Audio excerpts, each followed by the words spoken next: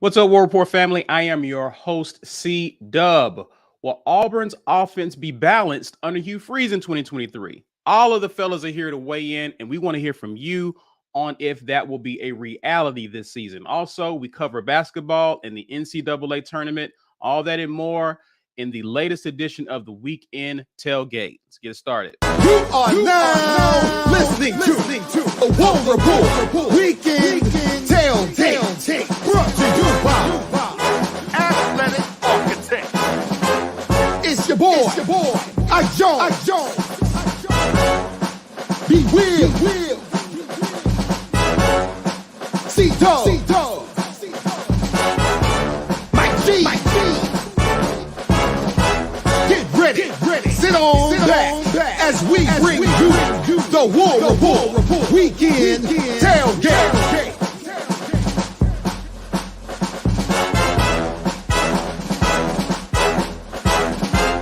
War Eagle, everyone. Happy Sunday. Welcome to the March 12th edition of the Weekend Tailgate, courtesy of Athletic Architects, our show sponsor. Guys, one of the best ways that you can support your favorite Auburn YouTubers is to support those who support us. So please go visit buildthehouse.com, especially if you have an idea for an LLC, know someone who's a student athlete, or you are a student athlete. Please be sure to visit them at buildthehouse.com so you can begin planning what will be a successful, fruitful financial future. Also, I want to thank you guys again for hanging out with us. Got a great show lineup for you guys. Don't be selfish with it. Please go out and share this content on social media using the hashtag. Add us if you're on Twitter or Facebook so that people know that we're out here. Also, smash the like button, subscribe, help us approach 20K. Coach 10K recently. Now we're eyeballing 20K. Mike, talk to the people about why it's important this time of year to become a member. Hey, listen, become a patron member. This is something that we need us to do. We hit 10,000 subscribers recently. We're on the search for 10,000 patrons. That would certainly help us in our endeavor to continue to grow and bring you guys more content. $5.99 a month will get you there. Want you guys to gift the membership of the War Report as well, too. So this is something our community loves to do. Gifting memberships is a great way to give back to those who interact with the channel at a high level but haven't made the decision to become a patron just yet. YouTube chooses this at random. So the more you interact, the more you like, the more you comment, the more likely you are to be on the receiving end of one of these gifted memberships. We're giving away a t-shirt, guys. Hashtag get your weight up in the comment. You know the drill. I see you guys piling in already in honor of it being NCAA tournament time and Selection Sunday. Remind people, anyone who sees you today, that Virginia definitely double dribbled. An injustice. A grave injustice was perpetrated on this day in 2019. And we want everybody to know what that was. So hashtag get your weight up. And we're going to draw around the 1 hour mark for this. Want to remind everybody we're on podcasts. Every single podcast platform, the War Report is out there. Check us out. Mike Mack and Memes, Amen Corner, Morning Drops. Yeah, all our content is on podcast. So you want to go check that out. But some of it is podcast exclusive. So if you want to hear me crushing Brandy and Memes every week in my predictions, you can do that. You can do that by listening to Mike Mack and Memes on Tuesday. Or if you want to hear perspectives from other schools, listen, Ike and our guy Paul Mahari and some of the guys that are on there, they do a great job bringing some perspective from the other side on Amen Corner. So please subscribe to us on podcast. I want to shout out a couple sponsors. Definitely want to give a shout out to Rogue Shop for sponsoring the War Report, as well as AuburnSports.com, who have been longtime sponsors of the War Report. Gentlemen, how are we? You're muted, B, if you're talking to us. I could be doing better if a team that I didn't want to thrive was not thriving right now, but they're thriving, and I'm vexed. I'm not vexed, but I'm not happy about it. I'm not happy about it. Yeah, I don't want to spend too much time on this, but I'll tell you, there was a clip, Caesar, circulating on social media of the Bama players using a folding chair as a gun to the song that says something about "Get the Gat" or something. It went kind of viral this weekend. And Bama fans are, I mean, they've always been kind of clueless, but unusually clueless. Since this whole Brandon Miller thing has started. So, on this Sunday, so I'm praying, for peace in their lives, or I'm praying for God to intervene here with these Bama fans, because they are wilding on social media, man. They are wilding, and I mean, it's a lot of people are rooting against them in this NCAA tournament, and it's not. They like to act like it's just Auburn people, but it's everybody at this point. I mean, everybody is piling on. They become quickly the most unlikable fan base in the country. Yeah. It's because they're unlikable. And again, this is reminiscent. This is reminiscent of, you remember the Updike years. I know this can be kind of PTSD for Auburn fans, but when Alabama went to the national championship in New Orleans for a rematch game against LSU, that was a year after Auburn won the national title. I was hearing that, I was hearing Alabama alums saying, "Oh, he's not us. That's not how we act." But championship game, Updike is in New Orleans, and he's a celebrity. I don't think he bought. I don't think he paid for a meal or a place to stay at all while he was in New Orleans. He was treated like royalty, for sure. Like, they couldn't say it out loud, but they were whispering to him, "Thank you for doing the Lord's work." Right? like that's how they feel, man. Terrible. I mean, own you're crazy, I guess, is all I'm saying. That's the point. That's all we're getting to. Is like, we know y'all are awful. Stop acting like you're not. Yeah. Before we move on, you see the two dudes with the killing our way through the SEC t-shirts at the SEC tournament? Like, you shared it with me last night, and like, come on, man. Like, at this point, you want people to hate you. Right. Okay, all right. I don't know. So don't be surprised when people hate you. People hate you. Yeah.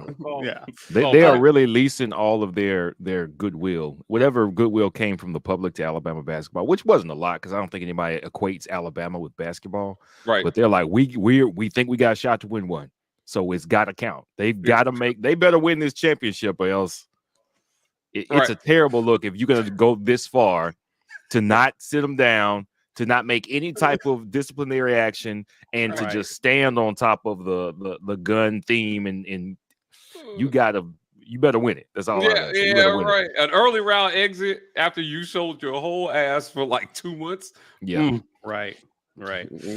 Anyway, let's move on, gentlemen. We're going to be talking about Auburn's offense. Of course, spring practice resumes this week, and what's been front and center has been this offense that Hugh Freeze is bringing to the Plains. And we're talking about balanced, and we got a lot of numbers that we're going to cover, but I just want to talk about the importance of balance. It seems as though in Brian Harsin's first year with Mike Bobo as offensive coordinator, we were balanced for balanced sakes.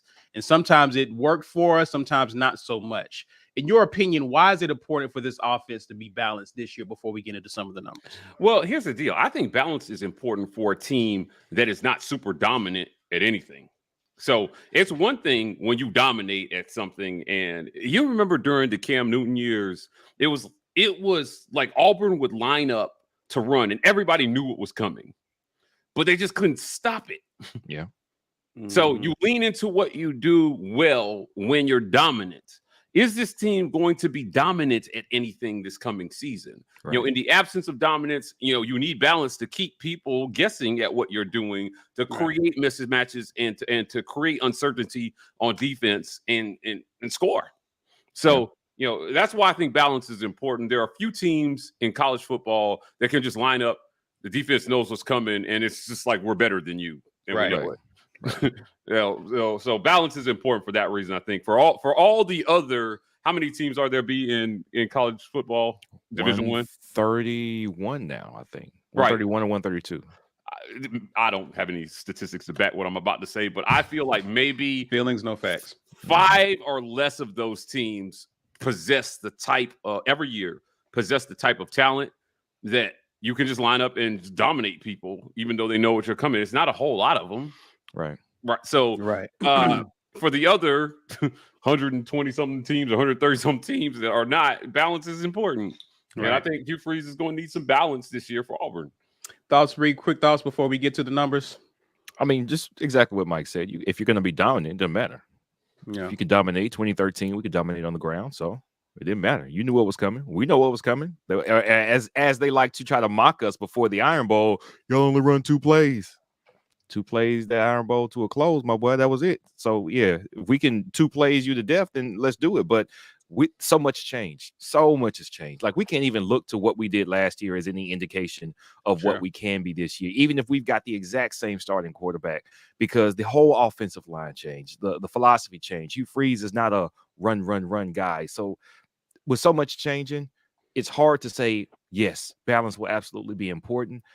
I know that Hugh Freeze wants to run the ball. Excuse me, wants to pass the ball. I know that. I don't remember any. I could not name you the starting running back of any Hugh Freeze offense at Ole Miss or at Liberty.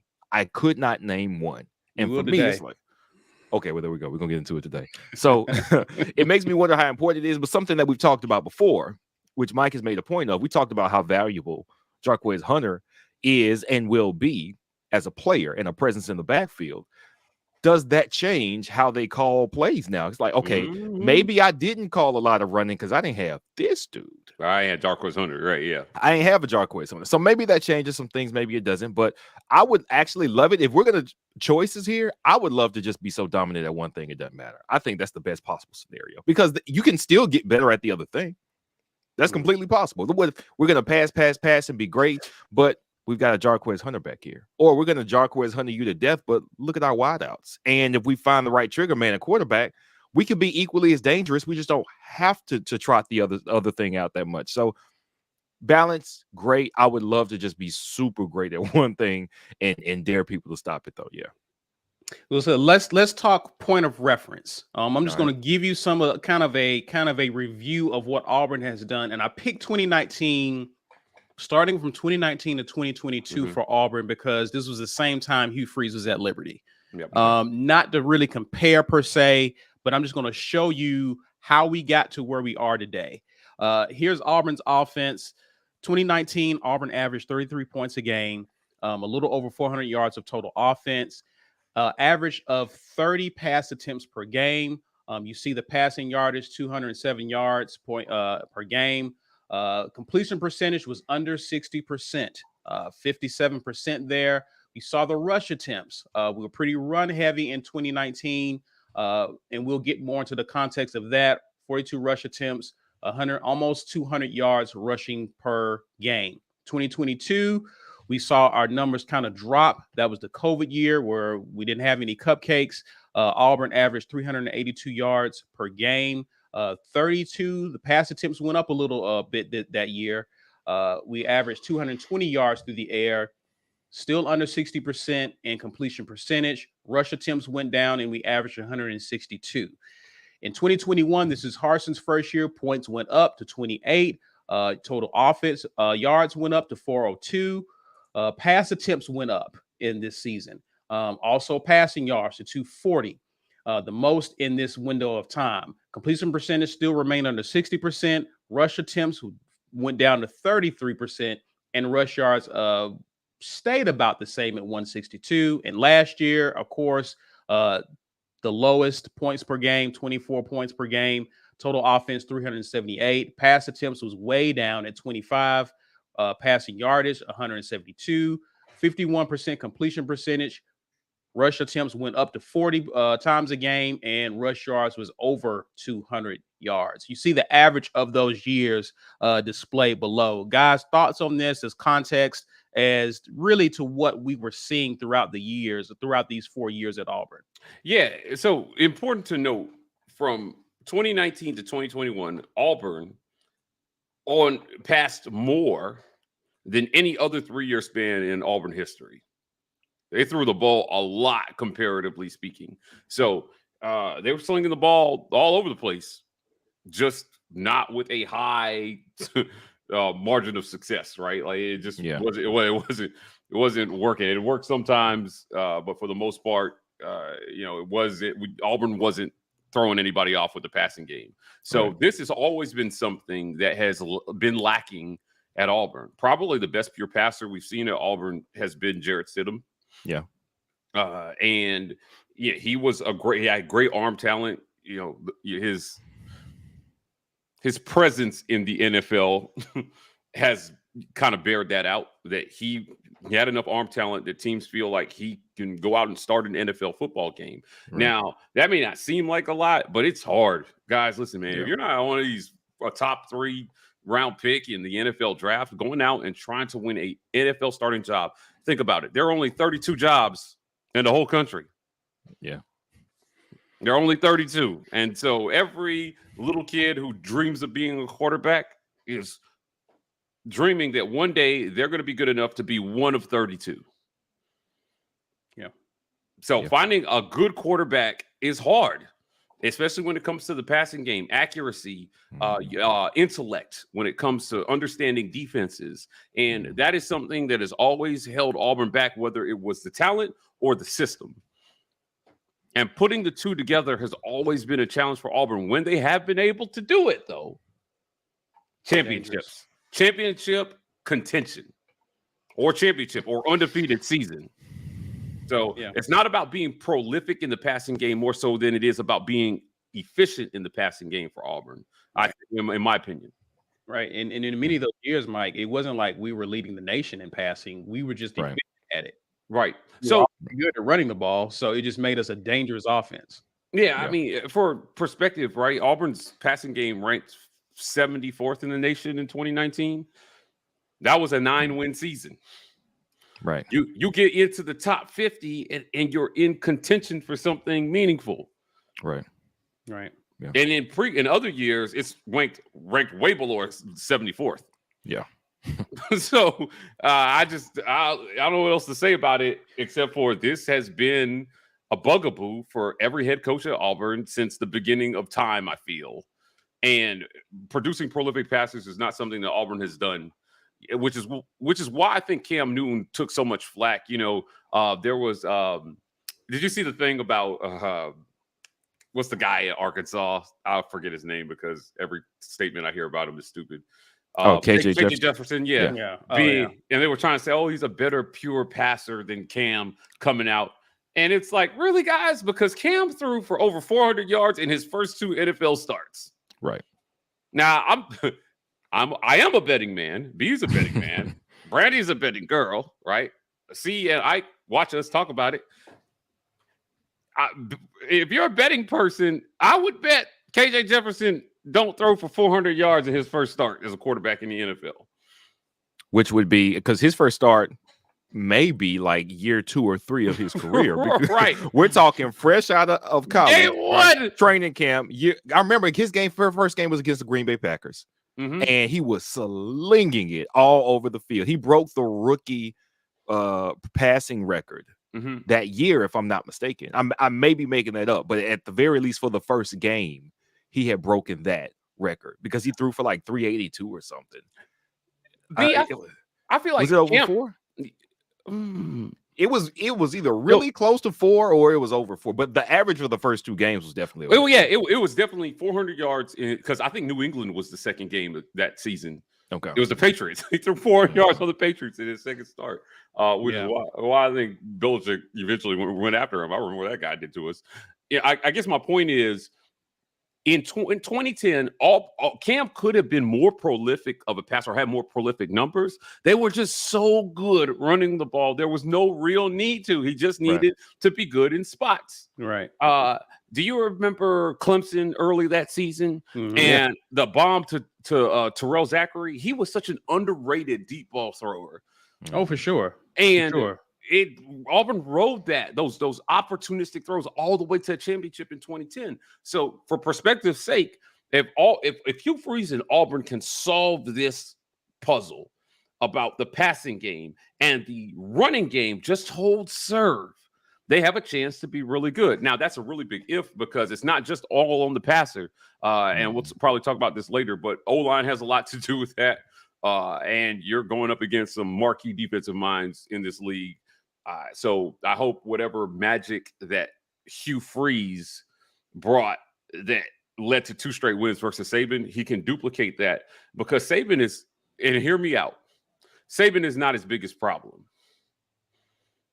Who? You talking about Freeze? Yeah, like Alabama is not his biggest problem. It's constantly losing to LSU and losing to Georgia. to average Mississippi State teams, Yeah. and Jimbo-led Texas A&M teams, that will be his problem if he can't get over that hump.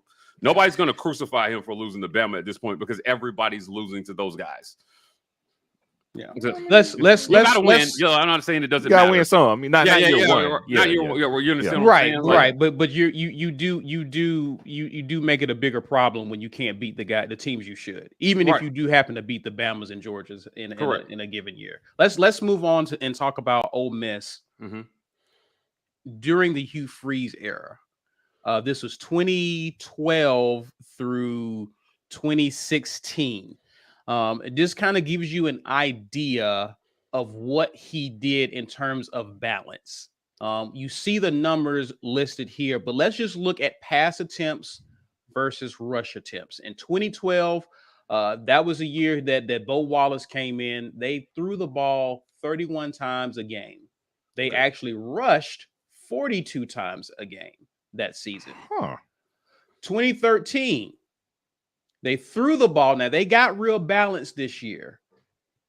37 pass attempts, still 40 rush attempts per game. So still a slight lean to rushing.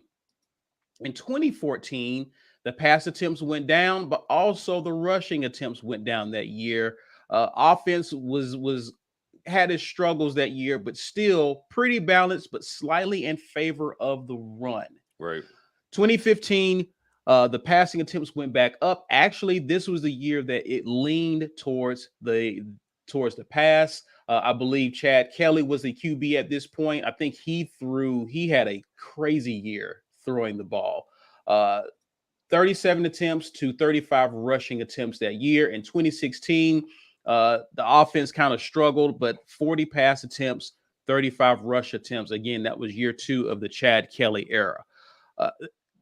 B, I heard you was kind of you found this to be a little bit surprising. Again, Hugh Freeze has had a reputation for being a pass first kind of guy, but we see the numbers show, at least at Ole Miss, that he's a lot more balanced than people are willing to give him credit for. Yeah.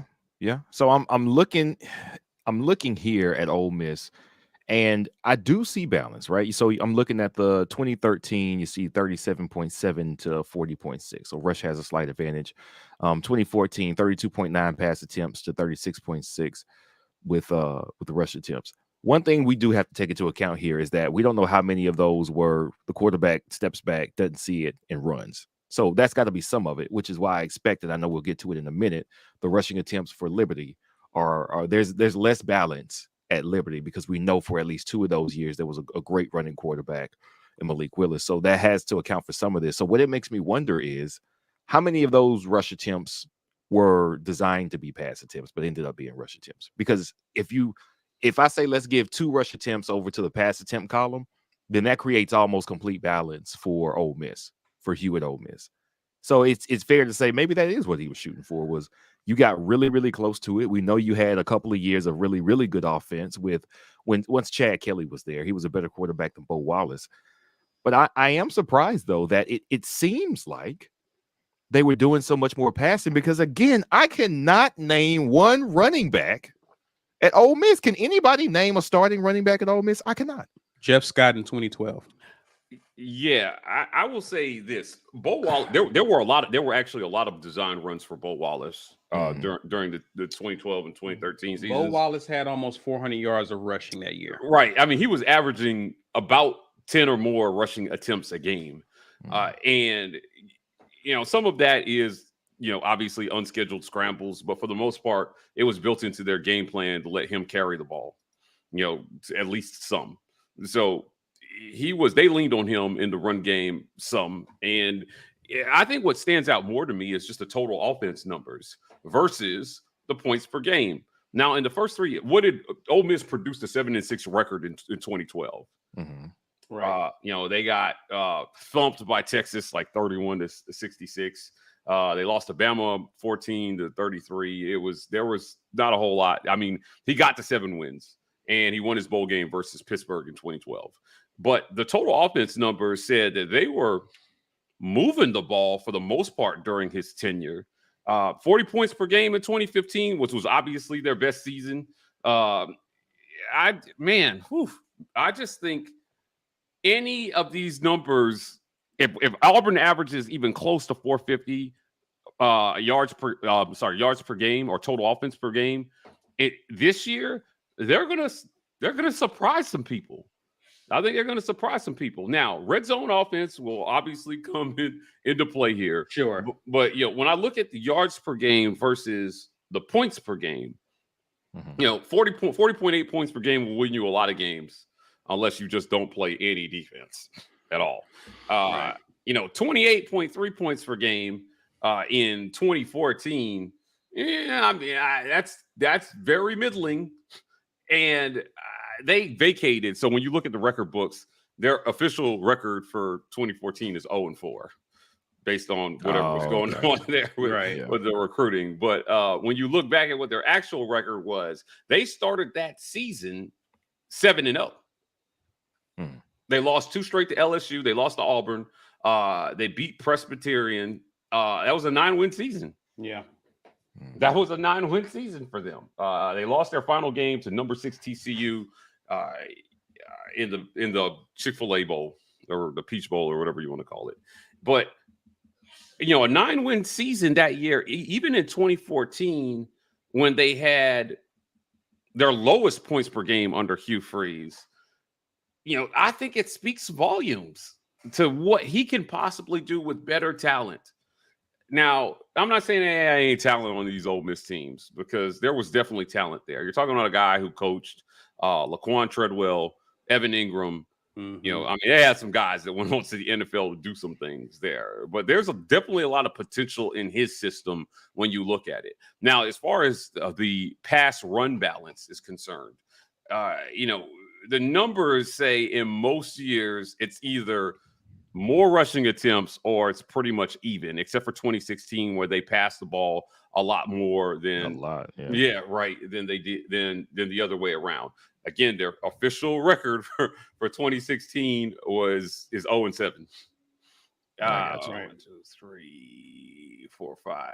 But on paper, they won 5 games that year. So it was a rough season. Right. Now I don't remember. Do you guys remember at what point during the 2016 season he got fired? My World of Sports made a good comment here that I grabbed, and he pointed to in that year, that was the year of Shea Patterson. Shea Patterson, okay. If I remember, my World of Sports says in 2016, if I remember right, Shea Patterson went down early with an injury. He was a 5-star, a big-time recruit. So the drop-off of numbers is expected in that regard. So appreciate that comment, my World of Sports. So I do remember Shea Patterson that year. Did he got fired sometime in the middle of the season, did he not? I think so. Or was that a postseason fire? I think it was a post. I think it was after. Yeah, I think after the season. After? I think it was post. Okay, so he coached, so he's got to own this whole season. So he owns all of the dysfunction that happened this year. I'm not sure I'm letting him off the hook for the injury. I know it affects it, certainly. But you still got to play the game, and you got to have a guy who can step up. But these aren't terrible numbers, though. Offensively. Yeah, but again, in the win-loss record, it looks terrible, right? Because they only won 5 games. They didn't make a bowl game. But so here's where I would give anybody some grace when you're coaching at Ole Miss. Like you don't have the recruiting chops that Auburn does. You don't have the history that Auburn does. Like everything steps up, which might be why they were cheating. You gotta cheat. You gotta cheat. He couldn't cheat hard. His best, I'll never forget it. They start the season, early in the season, beating Bama, and then we go to Ole Miss and beat them. They lose to us. Our defense was terrible in 2014. It was like all-time bad that year. And I remember being very, very nervous about that game, going to Ole Miss because they had a good team. Chad Kelly was the quarterback that year. It's like, oh, man, they finally got a quarterback. They're going to be good. And we win this game. They had Kim DJ. They had Treadwell. They had was the left tackle Tunsil. That was their like super recruit class, and they were all on the field, and we beat them. And that was the best talent Ole Miss ever had. The best talent, the most talented teams that Auburn's ever had. We're talking like 4 or 5 NFL guys who are going to have 10-year careers. Like that's what our most talented teams end up being. There's just a difference in talent here. So I'm still, yes, 5 and 7 is not great, but you are punching above your weight class for a lot of that schedule if your traditional recruiting ability is what you've got on the team. And I know Hugh Freeze worked up some of that. He did better than that for a little while by cheating. But hey man, you gotta do what you gotta do. So if you can come here now, we can put aside all those concerns of cheating to get players. It's all on the table now. We're good now. We're legit. We're above board. We are filling the coffers with talent, more talent than we probably had as a collective. Or we think so. We won't know for sure until it bears out on the field. Right. But we are now addressing the talent disparity on the offensive line. We knew that was a huge issue. It had been for years. That's being addressed. Quarterback, TBD. Defensive line is somewhere that we have fared pretty well, and we've got some work to do to get back there. But honestly, with the way that they've been recruiting here in the last, it's crazy to say, but 3 months. I'm curious to see what Garrett does with that D line. He's done well just in the short period of time he was at Liberty. Continue, B. Right. So I guess what I'm getting to is looking at Hugh's record at Ole Miss, and looking at our record here over the last 4 years. Now, that's not the same amount of time. And yes, the conference has changed. So maybe some of these numbers that Hugh has, if you take the same amount of yards, total offense per game, and put it in 2023, it's probably not going to do as much for you as far as win-losses. You know what I mean? Because the game has just gone to so much offense and so much passing. But look how miserable Auburn's offense has been the last 4 years. Like, our best season was 406.8, and every last one of Hugh's Ole Miss seasons, they averaged better than that. That was our best one. That was our best one. The best we could do was 406.8, and the worst he did was 419.1 in total offense. I mean, come on. I am ready for this change. It was long overdue, and it was survived 2 different coaches, which is why we can't just put it on Harsin. I don't want to just put it on Gus because Harsin didn't fix it. This is the change that we needed. This is an offensive guy. Like, the numbers are going to show that. Once we get to the Liberty numbers, they're going to show that. I am now probably more ready than ever to go out and look at practice this week because now I'll be eyeballing everybody real hard. Yeah. Real quick point, Mike, before we get to the break about the Ole Miss numbers. Yeah, kind of going back here, looking at Ole Miss. I'm sorry. Yeah. So when you look at these numbers, again, 2014 stands out to me. In the worst year he had at Ole Miss in the SEC, still averaging over 400 yards of offense. It looked like there was plenty of opportunity. Numbers suggest there was plenty of opportunity there. They were moving the ball. 263 passing yards per game. 155 rushing yards per game is not great in the SEC. It's not a good number. But especially when you look at the totality of there's not one guy producing that 155 yards per game. That's split between a bunch of guys. So, I mean, the offense was kind of middling, in 2014. There was still opportunity there. And in their best year, which was 2015, if I remember correctly, this was like a 10-2 season, 517 yards per game, over 300 yards passing, and, one of the the second highest rushing total that they had per game during his tenure there, and it definitely produced wins. Now, obviously, they were finding the end zone at a much higher rate because 40 points per game suggests that they were making it. They were scoring when they got a chance. Anything close to this, anything close to 2015 means a ton of improvement in terms of how the talent is performing or how they're calling plays and how much smarter they are than the guys that they're game planning against. It's going to have to be a mix of both, I think, for Hugh Freeze, at least in year one, because he's getting a lot of hype about bringing in offensive linemen, but we still don't know how these guys are going to perform. Right. Yeah. I mean, it's a lot of people's point. At least he addressed it. Right. At least he addressed it instead of just kind of ignoring it. Like, if I don't talk about it, it's not happening kind of deal is what they felt like they had about the offensive line in previous years.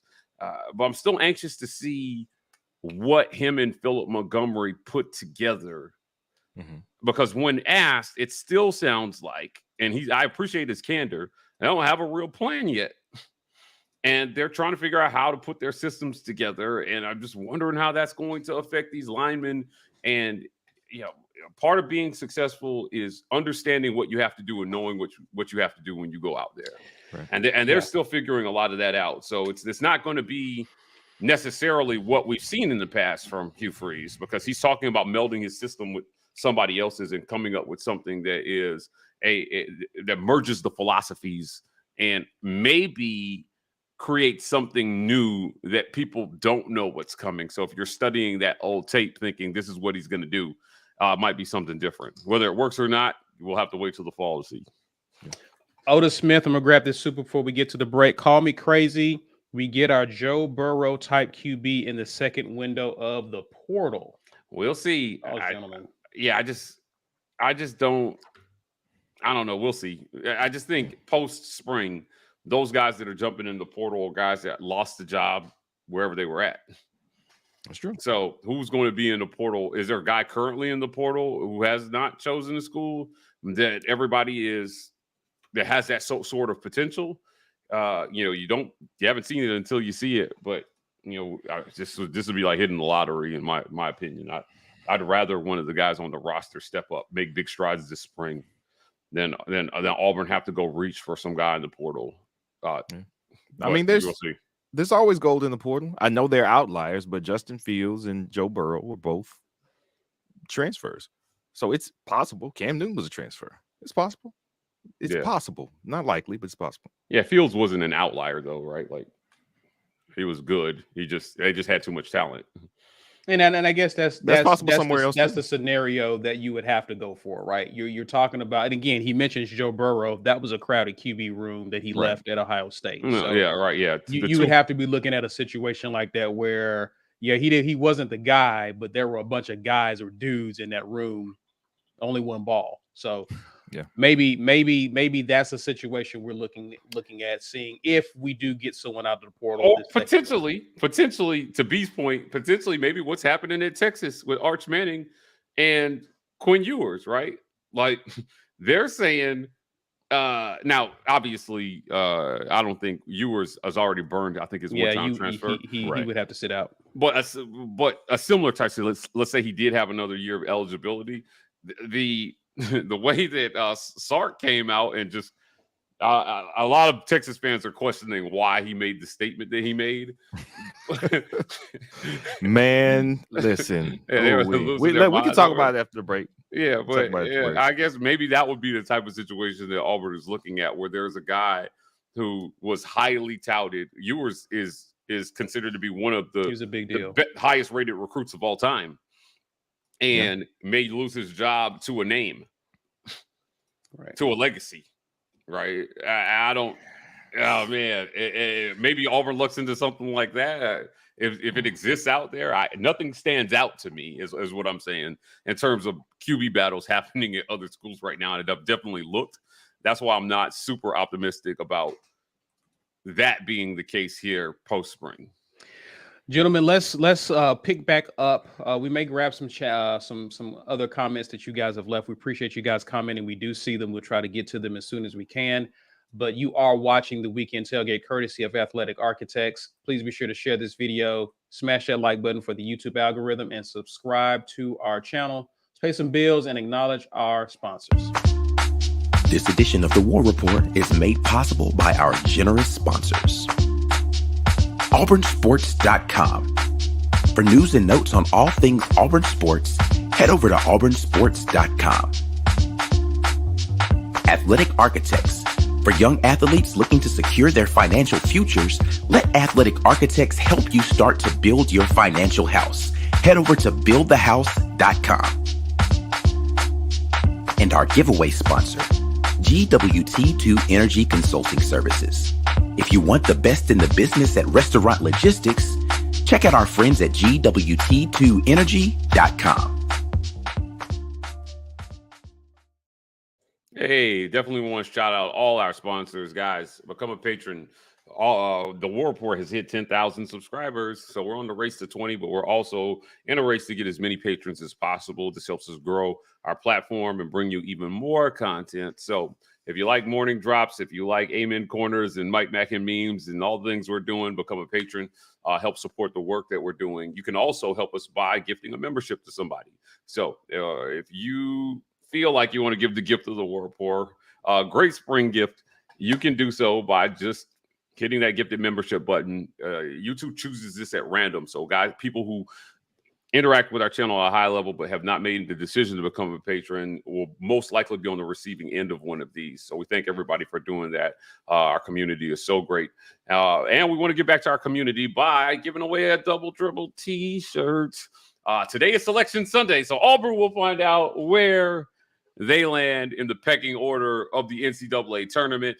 But as you're watching the tournament, we don't want you to forget that Virginia double dribbled, and we don't want anybody around you to forget either. So you can wear this t-shirt during the tournament by putting hashtag Get Your Weight Up in the comments to get. We're going to pull for that probably in the next 15 minutes. So you definitely don't want to miss that. Definitely want to remind you guys we're on podcast. Check us out on every single podcast platform. The War Report is there. Exclusive content we're doing on podcasts, and you don't want to miss that stuff. Mike Mack and memes, Amen Corner, as I mentioned before, just great stuff that we're doing on podcasts, and we're going to continue to expand that content. Oda Smith has a comment, says JT Barrett from Georgia to Washington was a steal for Washington. JT Barrett. JT Barrett? I think he may have mistyped. I think Eason was the Eason. guy. Nick Eason. Not Nick Eason, but what was it? Jacob Eason. Jacob Eason. Yeah. Okay. Jacob Eason was the quarterback then, because it was Jacob Eason, it was Fromm and Fields, right? Yeah. Those are the QBs. So Fromm won out. Fields went to Ohio State, and Eason went to Washington, which, yes, Washington and Ohio State thanks Georgia greatly for that decision. Yeah, they did. I remember watching Eason at Washington and thinking he was serviceable quarterback. He wasn't a world beater. Right. The mistake for Georgia, I think, was Fromm over Fields. Right. Fromm over Fields was a tough decision, and Fromm wasn't a bad quarterback, by any stretch. Right. But Fields, he was decent. He was decent. I mean, like, not a bad quarterback, but okay, that's fine. Yeah. I mean, in hindsight, at the time, I'm thinking when they made the decision, it was probably At the time, it shouldn't have been Fromm. It should even at the time. We had Steve Fields, so you can only say that in hindsight. You can only say that in hindsight. Okay, I didn't agree with it at the time. I'm not gonna say I disagree with it, because Fields looked a little lost at first when he was getting on the field. But what were they asking him to do? Right? Did you put him on the field and say, hey, just do all this very controlled pro style offense stuff? Did you tailor an offense that made the most sense for his skill set? Or did you put him on the field and say, hey, here's the stuff a quarterback's supposed to do. Let me get you started doing it. And I thought that was why Fields looked so unremarkable in the snaps he did get at Georgia, because it was never anything that was made for him to thrive. It was a system issue. It was a system issue, which is why it looks so different at Ohio State. 39 attempts. Yeah, I mean, he had 39 attempts. I'm just not sure you saw enough of him. Because they put him out there and said, hey, hand it off and then run some. They didn't really want him to have an opportunity. They weren't going to. Kirby's not going to put the game in the hands of the quarterback, especially not a freshman quarterback. True. They were trying to get his feet wet, right? He didn't put the hands of the game into the hands of a quarterback until he got a quarterback that was his 6th year that had already won him a championship. It was the first Kirby QB that got unlocked that I've ever seen. And I just don't think the OC was going to design the offense around the quarterback, which, again, it made sense for him to leave. I think it was a good decision for him to leave. I'm just saying at the time, it was a harder decision than it looks like in hindsight. Sure. About who to choose there, right? Like, I mean, you have an abundance of talent. You've evaluated all these. You brought them in, so you see something in each one of them. Sure. That you feel like is outstanding quality, and that's a good problem to have, certainly. Sure. But obviously Fields might have been a better choice. Yeah. Let's get back to it, guys. We've looked at what Auburn's offense looked like for the past 4 years. We looked at what Hugh Freeze did when he was in the SEC. Mhm. The years when he was at Liberty. Let's look at those years. So you guys can point out what you see in points per game, but for the sake of time, let's focus on what we're talking about, the balance. 2019, they were pretty balanced. 34 pass attempts, 33 rush attempts. The 2020-21 years of Malik Willis, not so much of a balance. They were pretty run heavy here. 27 pass attempts, 44 rush attempts in 2020. 2021, 29 pass attempts, 39 rush attempts. In 2022, 30 pass attempts, 37 rush attempts there. The average under Hugh Freeze's tenure there, 30 pass attempts, 38 rush attempts. So at Liberty, under Hugh Freeze, they ran the ball a little bit more than they threw it. Now, given the quarterback, B alluded to this point here, we don't know how many of these were design runs versus a QB improvising, right? So that's something to give context there. But given what we have at QB, if we have a lot of guys in the backfield who can run and can use their legs, chances are we're going to be running a little bit more than we may think so. But thoughts, gentlemen? Okay, so in 2019, they had a receiver, Antonio Gandy Golden, that went stupid. 1,400 yards receiving that season. He was video game unstoppable in terms of what they were doing. In 2020, the Malik Willis years, I just think when you have a quarterback who's a dual threat, you'll start to run a little bit more because of what B mentioned with those unscheduled scrambles that happen that you just can't really account for. But a passing play breaks down. What I think the numbers show in terms of passing yardage is that there's always an emphasis on trying to push the ball down the field. Right. Have a dynamic athlete at quarterback, and some of those passes turn into rushes. So be it. As long as it's positive, that is a great problem to have. We have a QB who can turn a passing play into a rushing play and run for 30 yards. Great. But what stands out to me more is the average total yards per game, which would be prolific for Auburn based on historical numbers. Averaging over 400 yards of total offense per game would be so great, especially in year one of the Hugh Freeze era. So he accomplished that in year one of his Liberty stint. Yep. And they jumped all the way to 481 yards per game in 2020. We know why. 436 and then 389. There was a drop off, which we also understand kind of what happened there as well too. All the quarterback injuries. I think he was on his fourth quarterback or something, guys. Yeah. Season. So obviously that will derail any season. But also looking at the points per game, these numbers. How many times has Auburn lost the game where it's like, man, if they could have just scored 3 touchdowns, they win. Right. Let's talk real quick about the balance, Mike. Let's talk about the balance. Stephen Calvert threw for 3,600 yards that season. 2019. In 2019. Yeah. Like half of that to that one dude. They had a receiver. They had a receiver, Antonio Gandy Golden, who almost had 1,400 yards receiving. Yeah, again, like 3 but yards. What isn't been talked about is that they had a 1,000-yard rusher that year as well, in Frankie Hickson. So you're balanced, but you're getting what you want either on the ground or through the air. But here's what I think, right? There's a causality to being prolific at one and doing decent at the other. Because when you can push the ball down the field, those linebackers start to drop back in coverage. They start to ease back. And then all of a sudden, your running back has more room to operate. Sure. The same causality happens when you are prolific at rushing. everybody starts to creep up. And if you have a quarterback who is decently accurate, he's going to hit some people over the top, and those numbers, the passing numbers, are going to catch up to some extent. That's what I think we saw with Cam in 2010. They were so good at running the ball that when he had to throw the ball down the field, it was easier for them to catch people slipping. Yeah. And then Cam would deliver the football. But I think about that versus Bama in the Iron Bowl that year. 4th down and like 5, I think.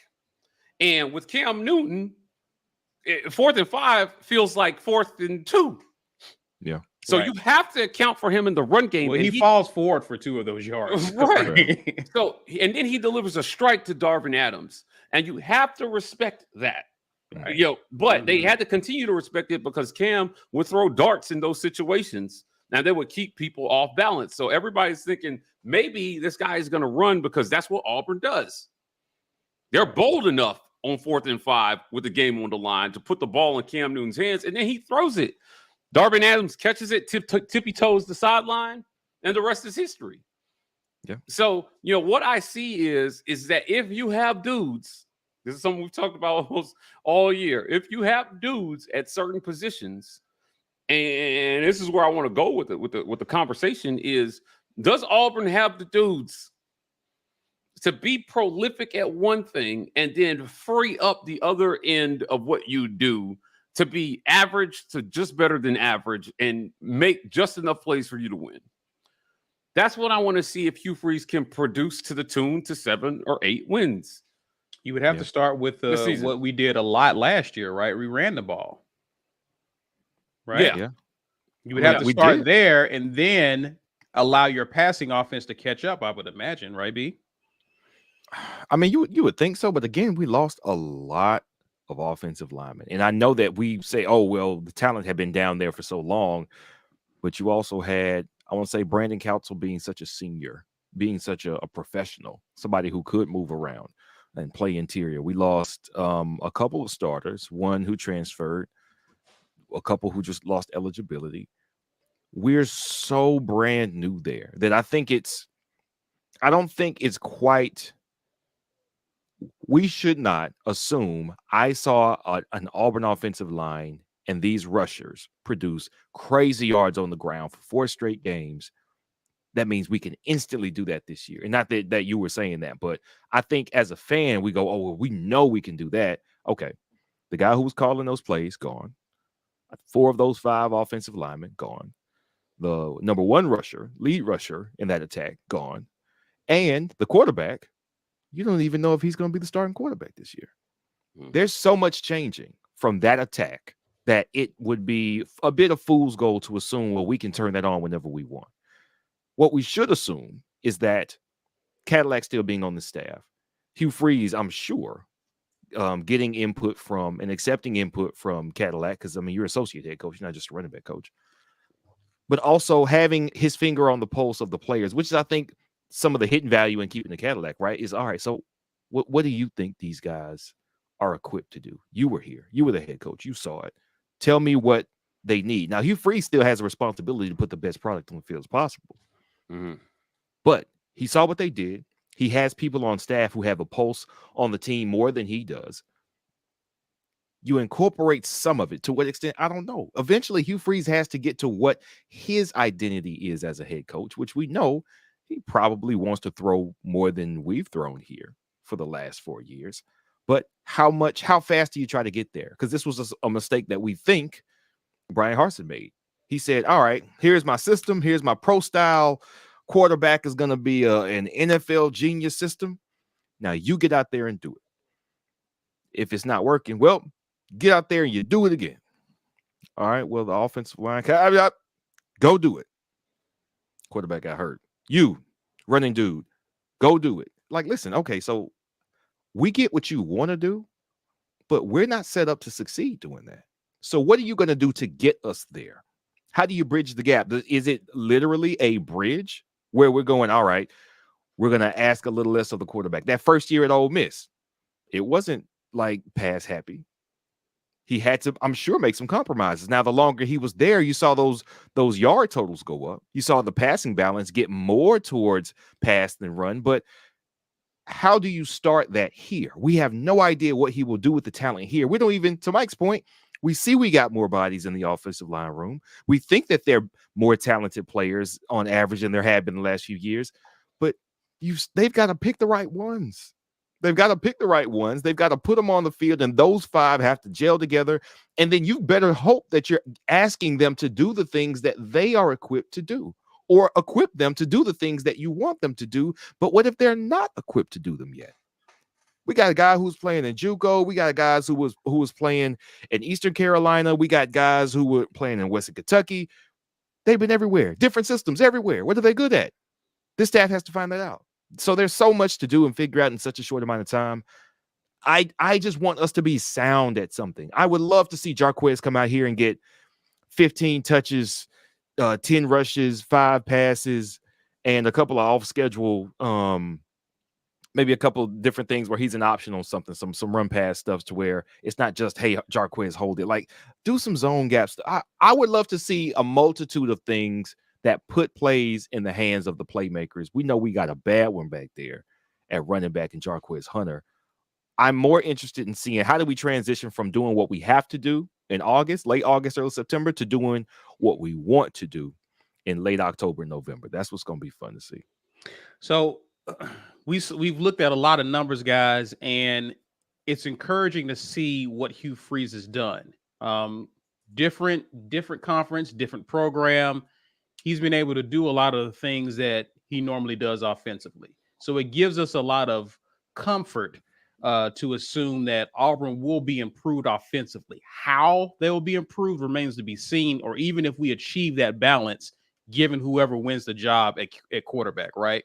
But yeah, what is the thing that you would take away with these numbers as we resume spring ball, Mike? No, Hugh Freeze is on the hook for this, 100%. I keep saying it, like, I'm not letting him off the hook for QB development and system. So that should equate to more wins. You know, he's been able to pull off 7 wins first year at all his stops as a head coach. I would expect the same here from him based on the historical numbers and what he's promised. So improved QB play from where they're at right now, no matter who the starter is, should be expected.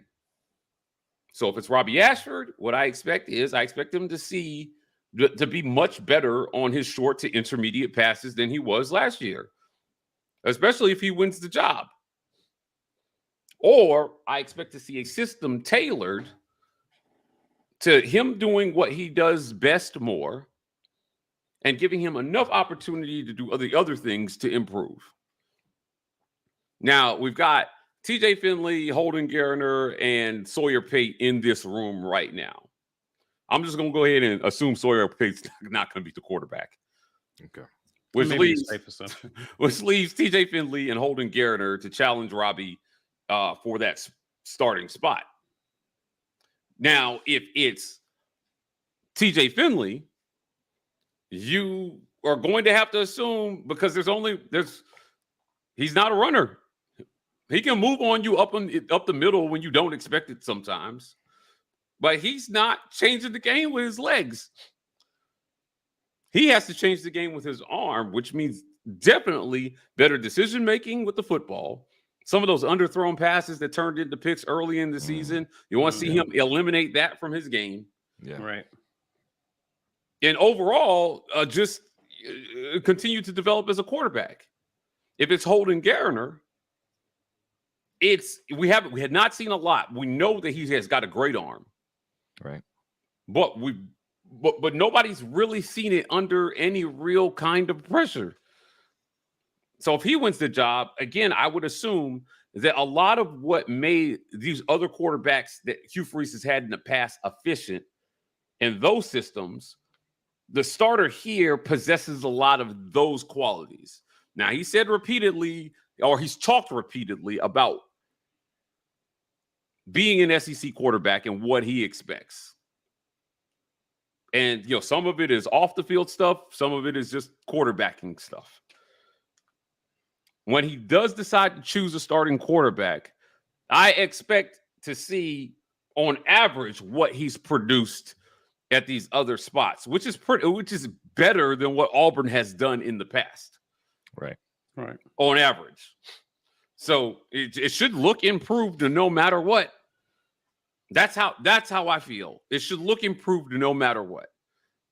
And in my mind, there's no room for a step back in year one because the bar is already on the floor. Yeah. In terms of passing. Guys, the bar is below the floor in passing. This has to look better. It does. And I think he should be on the hook for that and feel all the pressure for that in 2023. Yeah.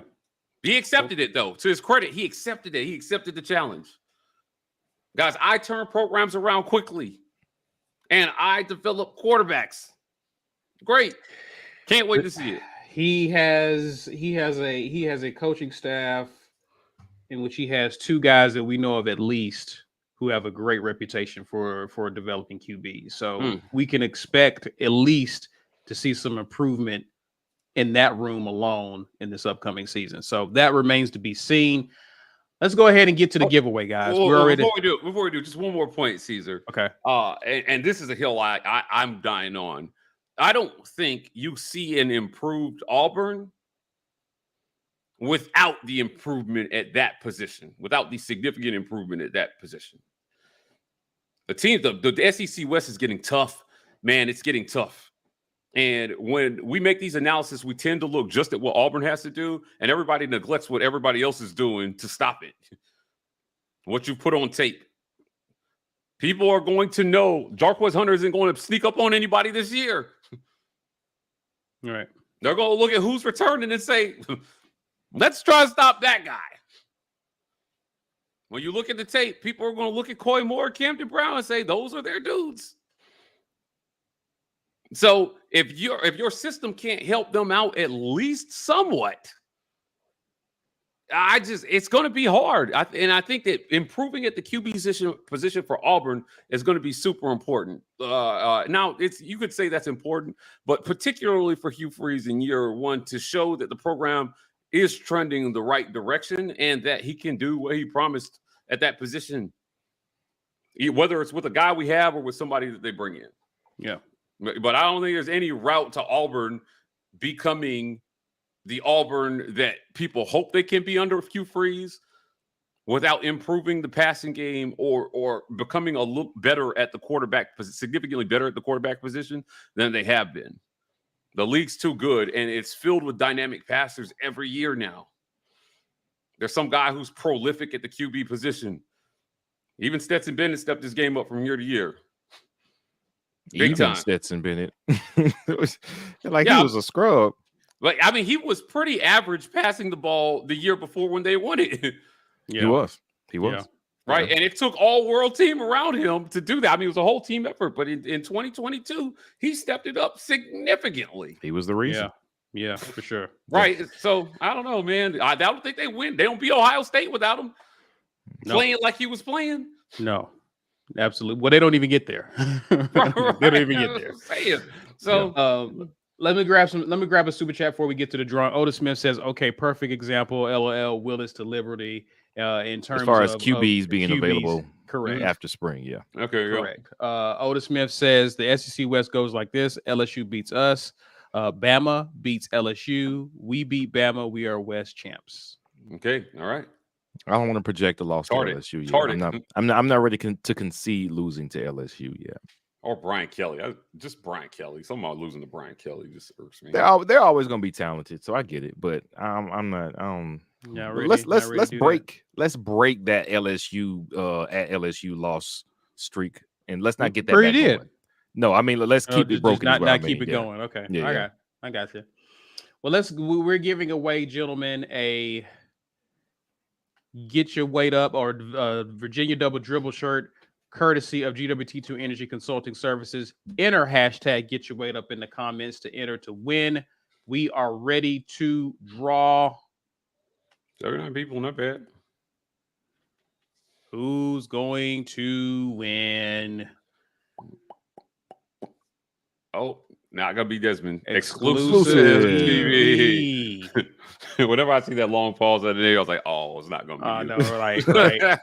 And I know wait for the Exclusive confetti. TV is here because they just entered. Get your weight up in the comments, so we'll give them time to catch up. Exclusive TV, what you can do. Congratulations again, because we already know you're here. Enter your physical address and shirt size. Send it to business at the War Report. We want to thank you for participating. Thank you for watching, being part of our discussion on the weekend tailgate. Again, congrats to you. All right, gentlemen, let's grab some comments. We are going to talk some basketball later on in the show, but let's grab some of these comments. People have had questions from the beginning, so let's kind of run through these as quick as we can. Otis Smith says, in my opinion, we have a very strong backfield. However, I believe it will be 70-30 in favor of the pass offense. Again, historically and statistically, that has not been the case everywhere else Hugh Freeze has been. It's been very balanced for the most part, and in some cases leaning heavy to the run, depending on the personnel. So thoughts, gentlemen? Just here's the deal. If you're dominant at that thing, then this is not bad. Right. If you're dominant at running the ball, I think that 30% will be an effective and efficient 30% passing the ball. If you're not, because you just can't pass, it's gonna be a long year. Yeah. It's gonna be a long year. P-Pass says prediction: Auburn goes to the East Regional, Albany, Ohio. Thoughts on this, guys? I don't know who else is going to be. I just want to see who we play. That's well, the region. I think is less important than who we draw. So it's going to be a tough draw, no matter what, where they're going to be seated. I mean, in that 10th to 9th spot, you're going to get a tough draw. For sure. Let's see here. Lawrence Robinson says Hugh likes to use all of his running backs. He does. That is very true. So he doesn't have this workhorse. He doesn't run like his Trey Mason into the ground. He does do running backs by committee. So yeah, it's going to be interesting to see to the degree of the depth we use this year. That's why a lot of people are big on the Jeremiah Cobb kid, because they think he may have an opportunity to get into the rotation. Again, I'm looking to see what Damari Alston does this year with Batee. As a new addition. Right. Some people have been high on him as well. So again, we're going to see him use these guys in different ways, catching the ball out of the backfield, running the ball through the tackles. Thoughts, guys? Yeah, I mean, if y'all say he likes to use all the running backs, if you didn't put that guy's name on the screen for 2012, I would still not be able to name one Hugh Freeze running back from memory, from watching. Hey, that running back is having success in this Hugh Freeze. I don't remember that. So I mean, if you say maybe that's why, because he uses so many, they spread it out. None of them were like top 10 in the country in touchdowns or yards, nothing like that. So I guess it's possible. I just hope Jeff Scott was the only one he remembered from those times for sure. I just hope Jarquez gets the opportunity to shine like we believe he can. Yeah, he better. Yeah. If you're taking the ball out of Jarquez's hands and spreading it to all the running backs, it better work. That's all I can say, because if it's middling or it looks mediocre and he's not getting his touches, you're gonna have different problems as well too. If it's not working, and if I'm Jarquez, I'm just like, wait, what? Yeah. Feed me, give me the ball. I just sat behind Tank for 2 years, And I think with Caddy being the returning running backs coach there, he's going to make sure the right guy gets his fair share of carries for sure. Right. Well, yeah, for sure. I mean, but that's not really up to him. I mean, he can put him on the field, sure. And that's maybe a question that I will ask about the rotations, because a lot of times the position coach is responsible, but in some instances we've seen that has been taken out of their hands, or they've been overridden in terms of who they decide is going into the game on a certain play. So if I'm Jarquez, you taking the ball in my hands is not an option in this offense. It's just not. So you better throw it to me, pass it to me. I'm eating, or I'm upset. If we're winning, then honestly, I don't think it should matter. And I think that does a lot to quell any concerns that would come from the guys who aren't getting it as much as they want. If you're on a winning team, we talked about this when we had players start hitting the portal middle of October. It was like, oh man, well, they said they were gonna hit the portal when the window opened up, but they weren't gonna be on the team anymore. And everybody's like, oh man, well, this is terrible at Auburn. I was like, hey man, listen, it's happening at Florida. Everywhere where they were not having a good season, players were like, well, when the window opens, I'm gonna be in there. That's because we weren't having success. If we are winning, if we are 6-2 like we were in 2021, nobody was bailing on a 6-2 team in late October after Halloween. We'd just be no miss. Why wasn't anybody bailing out? Is it because they weren't getting enough snaps? There were people who weren't getting snaps in 2021, but we were winning. You're on here for a winning program. You are one twisted ankle or sprained knee away from being the next guy up. You're going to wait around for that shot. Your team is successful. It looks like what you got running is working. You're going to be there. I think if we're winning, it doesn't matter much. I think he would be happy to be on a winning team that gets into an SEC championship game or a playoff game, and he is fresh as can be for the NFL draft with plenty of tape, with the snaps that he does get, bearing out metrics that says he is an elite runner, like how many tackles he breaks or how many yards he gets after contact. Like those are the things that NFL scouts, they're going to look at production, sure, but a lot of your production depends on what's around you. What was your system? What was your offensive line? But how far you got after somebody first got a hand on you, that's universal. That's all about you. He needs those stats to be great, and we are winning.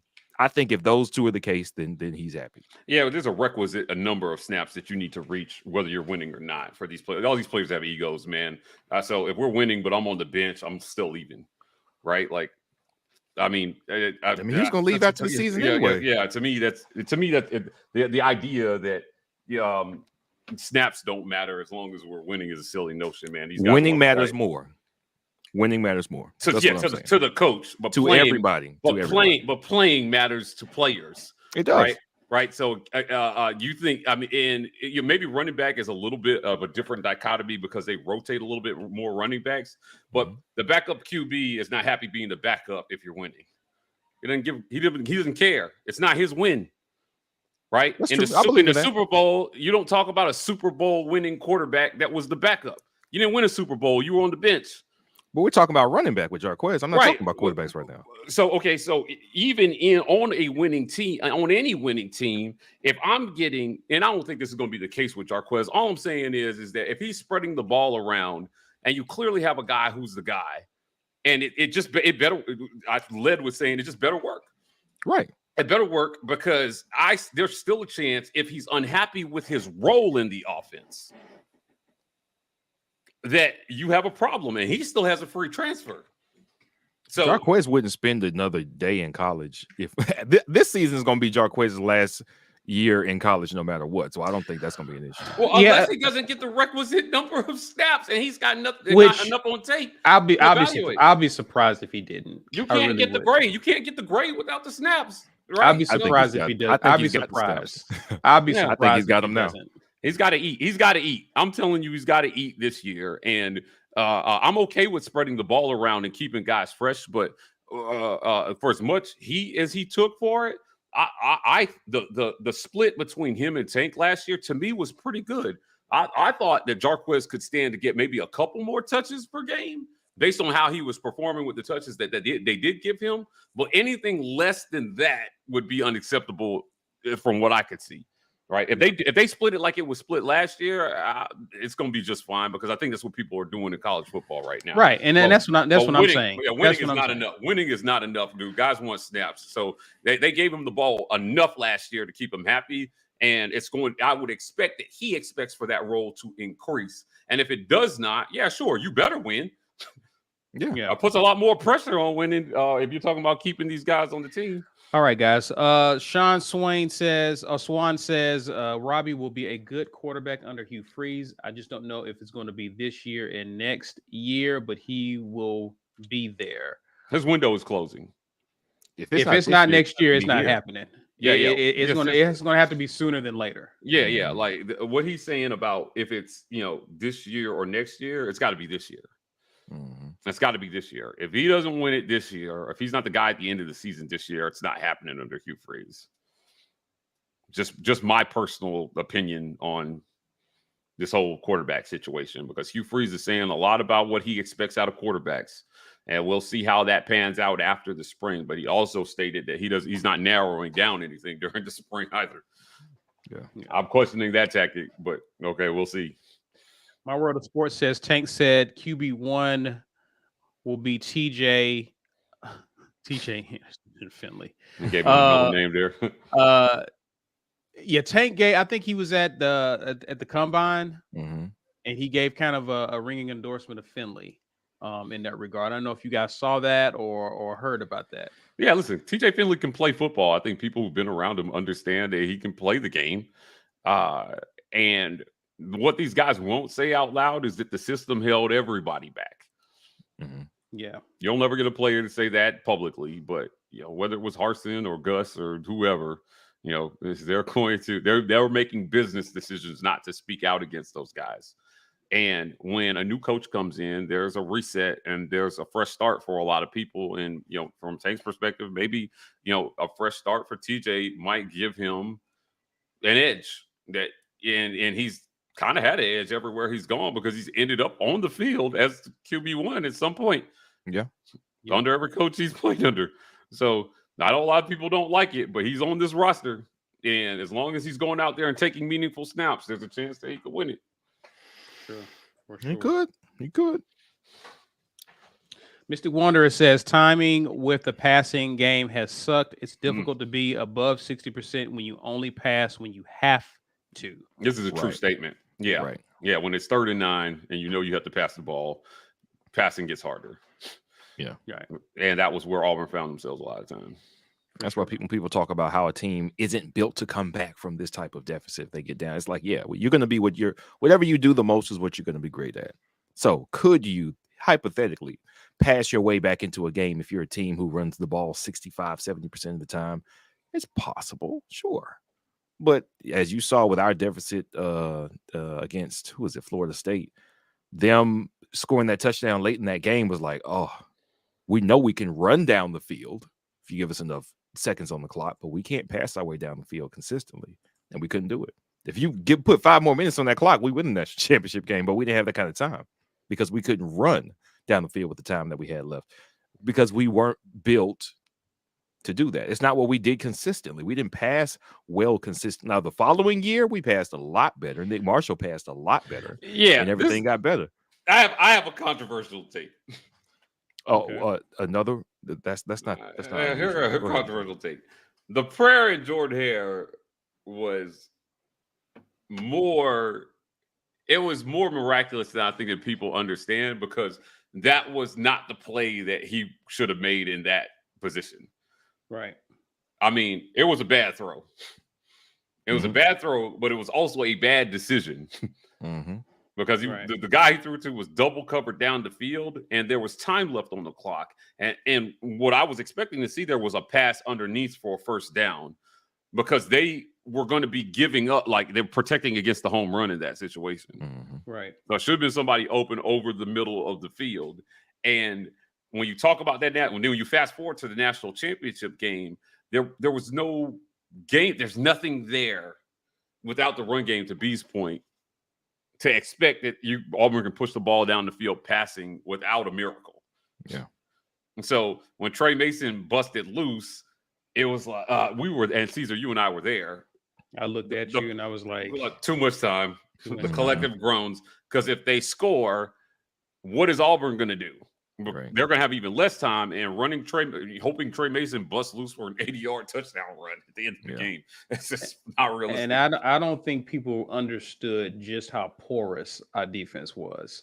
It was really porous. So it was porous. I mean, if D4 didn't get to the QB, he was going to find somebody.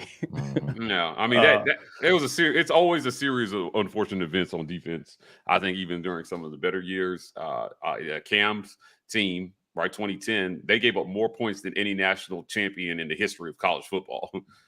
People scored on Auburn a lot and often, and winning that championship with that defense was improbable. Yeah, it was very improbable. Yeah.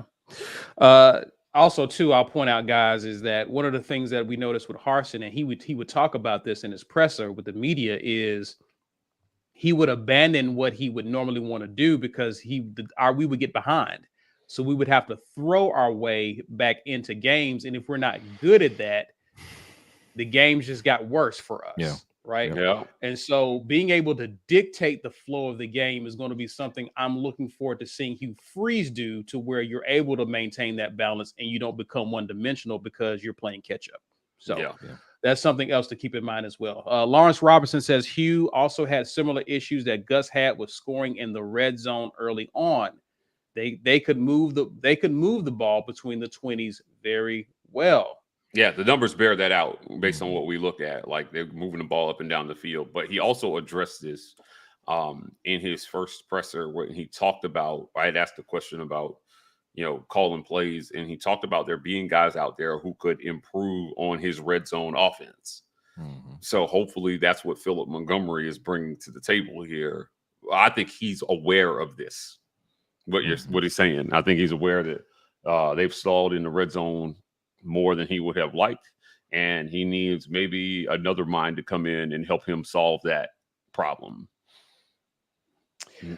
Imani Smoot, appreciate the super chat. Haven't seen you in a while. It says, I love all our running backs, but I believe Damari Alston is our best pure runner.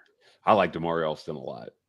So when we start talking about Cobb, there's, and him playing significant time, it means one of only two things. Either Cobb is a superstar, or somebody in front of him busted or is injured. Yeah, true. Yeah, I never predict injuries, but I'm just saying, I think with Batee and Damari, it's just going to be really hard for Cobb. It's hard to see a role for him this year if those guys stay healthy. Right. For sure. Otis Smith comes back, says Sammy Coates wide up to 20 yards on the drag route. You're talking about on the pre-enjoyed hair play. Yeah. I'm telling you, there were other guys to throw the ball to. Well, when he made that throw, I was like, right? Like that was pure. Well, go ahead, B. Yeah, I was gonna say as much as Bammers like to make the kick six about luck, that wasn't luck. That was a football play. Your coach was stupid enough to not put anybody on the field for insurance. Yeah, it's coaching. Coaching lost you that game, and even though we won that game in regulation, we wouldn't have lost that game if he didn't kick that. If he didn't run that kick back, would have been tied. We would have went to overtime.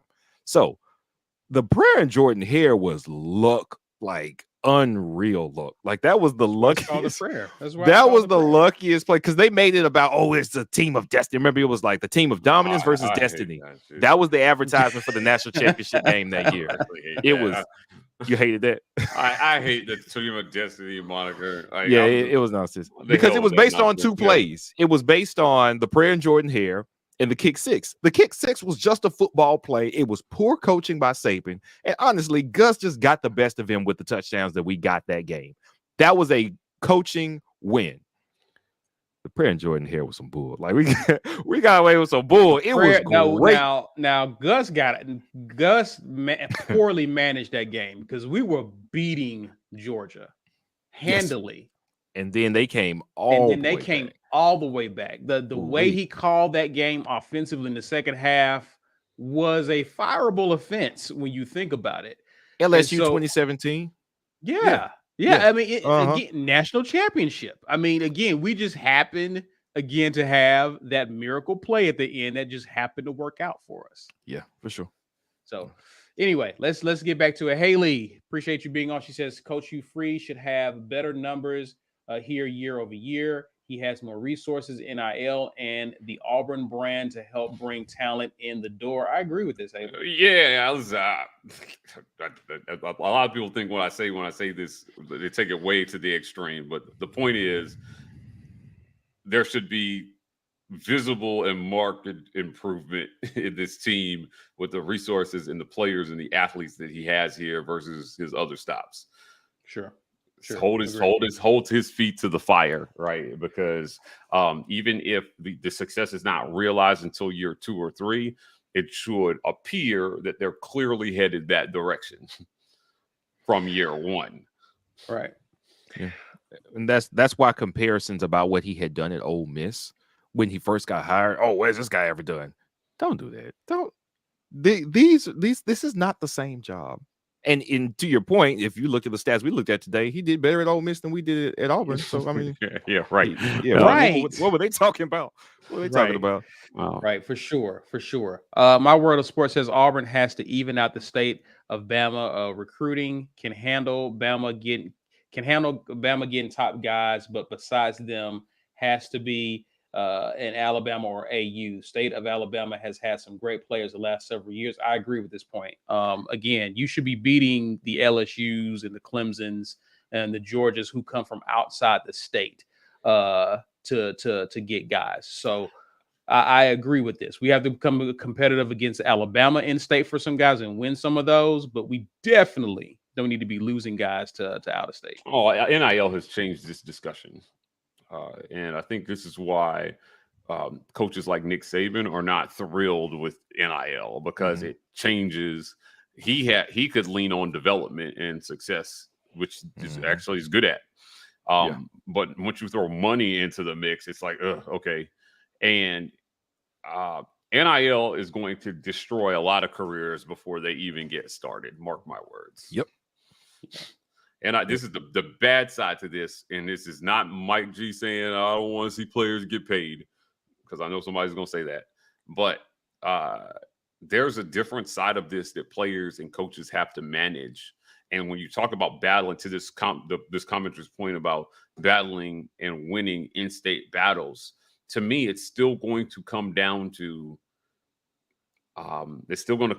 development, because if everybody's throwing money around and I can get the money anywhere if I'm a top recruit, I still want to know that I'm going to go someplace where I will continue to get the money beyond my college career because I got developed and I was in a winning program. Right. So Hugh Freeze has to start with developing the players that he has so that he can point to that when he's sitting in a recruit's living room, in addition to whatever NIL opportunities may exist.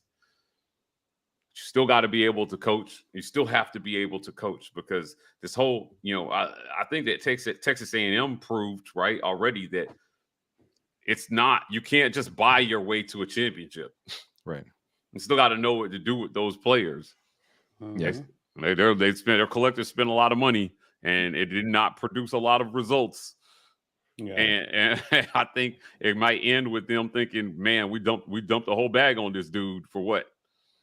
And every opportunity, every advantage, every resource a coach could want, Jimbo Fisher has at Texas A&M. And that's why there's such a glaring difference to me. What else NIL will expose is actual coaches being able to coach, because there's now a new level of coaching, and that is managing personalities, expectations, players' wants, and what they think they are owed. All of that is now on the table. Before, it was playing time almost exclusively. I want to play. All right, okay, cool. You can play. We're not gonna be any good, but you're gonna play. And if you really just want to play and win, then you got other options. You can jump in the portal and go somewhere else. But now it comes down to, okay, I'm playing, but I'm not getting paid what I think I should get paid for my collective. Or I am not playing, and I think I'm better than the guy that is playing, so my money is low. Well, my money could be high if you would just put me on the field. There is so much room for coach and player to be on different pages now. This just NIL is something that a team can get right and get better players. But when you get those players there, they need to play, they need to thrive, and they need to be happy there so that the next wave of players sees, I came here, I got paid, and I had success on the field and got developed. You mess any one of those three things up, and a player could be gone for any one of those things. It's crazy now. Like, I know a lot of coaches have talked out about it, how NIL is complicated and it's making things different. We're seeing a lot of coaches, assistant coaches, go to the pros instead of staying in college. And I'm like, man, I don't know. I kind of get it. You mean I just get to wake up in the pros, go to the facility, coach. Let me look at some film. Coaches, what we think? All right, he's doing good. Let's put him here. All right, cool. I'm going to go home and go to sleep. I'm not going to hit the road. I ain't got to call you and tell you how good you looked in your high school game. I don't have to go to your mama's house and taste her nasty lasagna that wasn't even good and lie about it. All I got to do is wake up and coach. If I am 24/7 football, I get to be that guy without putting excessive miles on my car, without eating fast food. Well, I mean, the universities probably pay good money. You know what I'm saying? You're going to eat good on the road, no doubt. But there's so much more to it now because I want you to consider this. Think about all of that work that you're going to do as an assistant coach, as a position coach, to recruit that guy and get him in the door. And then when he gets here, he's not even happy. He don't want to be here. What? But I drove to the middle of Kansas to see you play at that terrible school. You don't come out here and come to practice? I can't be no coach, man. I can be no coach. It's so much work, and now NIL is just another landmine to have to avoid. Like maybe it works in your favor, but it is also an explosion just waiting to happen. Can anybody point to a situation in college football where NIL has helped a program catch up significantly since its inception? TBD. I mean, we just jumped off 2 years ago. TBD. Yeah. To be determined. I don't know if you can really name a program and credit it to NIL. Yeah, right? You had some like TCU went to the national championship last year, but did NIL do that? You just have to be determined, in my opinion. Yeah, I guess my point is it still all comes back to coaching. NIL can help you get some players in the door, but we have made the point that Saban may not be the best X's and O's coach, but he does such a good job evaluating and getting top tier players in the door that he doesn't have to be. And I'm telling you, even with NIL, nobody's really getting the talent. NIL may have actually widened the gap between Alabama and some of these other schools when it comes to that, because no matter what, I can still develop players. And they're all been based on past success. They're always going to get their fair share of those. So you may beat him out for a recruit that was on the fence because of NIL, but it may not do you any good because he's got those in droves. Yeah. And you pulled one dude, and they still have a program that develops guys at a high level that they can always point back to. So if all the money is even, for some schools, for the schools where the money is even, advantage coaching. Right. For the schools where the money is not even, it widens the gaps between the haves and the have-nots. This is why Lane Kiffin was complaining so loudly about this. Right. We don't have money, right? And I may not be the best guy with, I can't bring in talent like Saban. I can't develop talent like Saban. So we're screwed. NIL screws us. Yeah, it does. And that's why a coach like Mike Leach, RIP, guy rest his soul, was so important for Mississippi State to stay competitive, because he could do something with coaching that very, very few coaches could do, which is give me some dudes. Eventually, I'm going to get us high flying. We are going to put up some points here. Now, Will Rogers wasn't a 5-star recruit. I don't know. He ended up being a very good quarterback in the SEC. But would you want to take Will Rogers in just any old system? He was a 3-star. I wouldn't. It had to be what Mike Leach could do with Will Rogers. And that's the advantage you get with coaching. We don't have the money, and we don't even necessarily get the dudes. All right, coaching. Bet. We can beat an Auburn team with coaching. Coaching will do that. 2 times in a row. When does Mississippi State beat Auburn twice in a row? Now, granted, those were 2 of the most down Auburn years we probably will see for a very long time, we hope. But still, like, putting up points with that was Mike Leach was a difference maker in that way. And so if you're not going to have the dollars, you better have the coaching to make up the difference. Yeah, but there's only a few teams that have that consistently year in year out, and my point is those teams have an advantage in NIL, in the NIL era, and their advantage maybe even grows. It doesn't shrink the way people think that it does. NIL strengthens Alabama because they got the money as the most successful and the most profitable program in college football, and they were already doing it before NIL. So you may get a guy or two because of it, but it's not going to go back. Look at the recruiting rankings, man. There are a few teams who maybe jumped up because of NIL, but when you look at on-field success, they're going to fall right back off after they struggle with those guys. Yeah. Or kids transfer out. I mean, again, the portal is working the portal is actually undermining your ability to have this success through NIL. There should be a 30 for 30 on Texas A&M's $30 million recruiting class. I would watch that. Literally, I will a documentary. I will contribute to it. You make it where every one of those guys ended up after.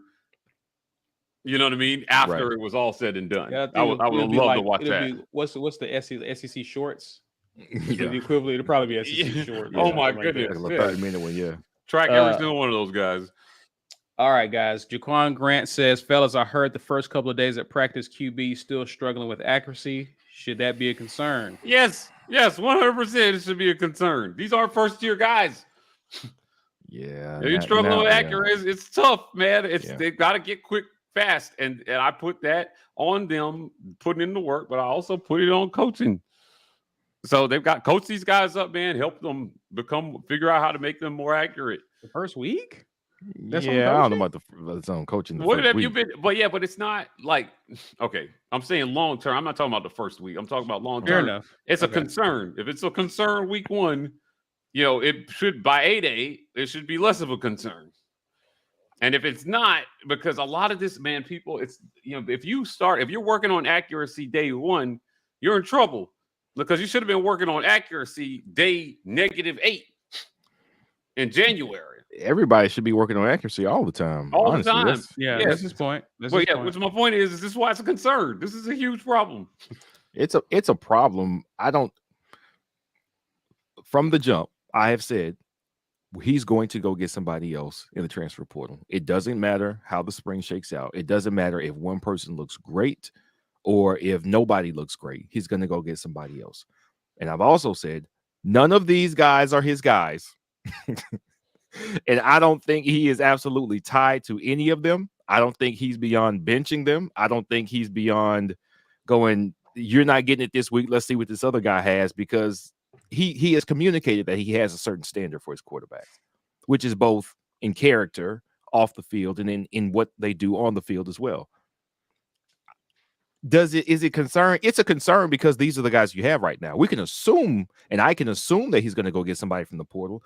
But until that guy's here, I'm like, all right, this is all we got to work with. So I want to see somebody look good. I mean, I do. I hope that we have a really good standout by A-Day, and then he goes to get somebody else who may even be better on top of it. That's what you hope. But right now, you're telling me nobody's just impressive? I don't know. I don't know, man. It's concerning to me. Yeah, that's a problem. Brad Brownie says it's easy to get excited about this year, but we still need to temper expectations. We are another year or two from getting the game changers we need. Thoughts, guys? Okay, so I'm in between on this because I don't think at the skill positions the talent is as bad as it's been painted to be or as it seems. I actually think we're good at the skill positions. It has always been about system and QB for me when it comes to whether Auburn can be successful or not. So you can compensate one with the other, maybe if one's really good and the other's a little weaker. But I like these wide receivers. I think there's plenty of talent in that wide receiver room. I think there's plenty of talent in the running back room. Line obviously has been an issue, but then we saw at the end of last season they can run block a lot better than what we saw the first half of the season. And against premier talent, premier defenses, so that comes back to system again for me. I'm thinking QBs when he's talking. That may not be what Brad is saying, but I'm thinking QBs when he's saying game changers. Yeah, but again, the portal shortens that time period, right? Mm-hmm. There are game changers on this team. What they need is a game changing system. Yeah. And that's what you hope you hired. You paid $6 million for hopefully a game-changing coach. Sure. Now, a lot of the players are taking a lot of the brunt of this, but ultimately, we didn't see Tank become the true superstar he could have been because of system. He was a dude. Right. He was 100% a dude. He didn't put up dude numbers because the system was crap. Agreed. Erica Ratney says, if we win 6 games, will the fan base be happy or mad? They'll be mad, Erica. I'll keep reading. It would be an improvement, right? Yes. That'll be one more than what we did the prior years, yes. Yeah. Or it would even what we did in 2021. Will the fans be happy just to get back to a bowl game in his first year? Probably. I'm gonna say no. I don't Probably. because the expectation is make a bowl game every year, which Auburn has done for the most part. So just getting back there is like the base expectation. I don't know anybody's gonna be happy with the Birmingham Bowl. Right. So yeah, I hear her here. I think people will be concerned with 6 wins. I think you can argue that even winning one more game doesn't mean you had a more successful season. I agree. Yeah. Because I watched the last 4 games of last season and thought, okay, there's no way we should have only won 2 SEC games this year.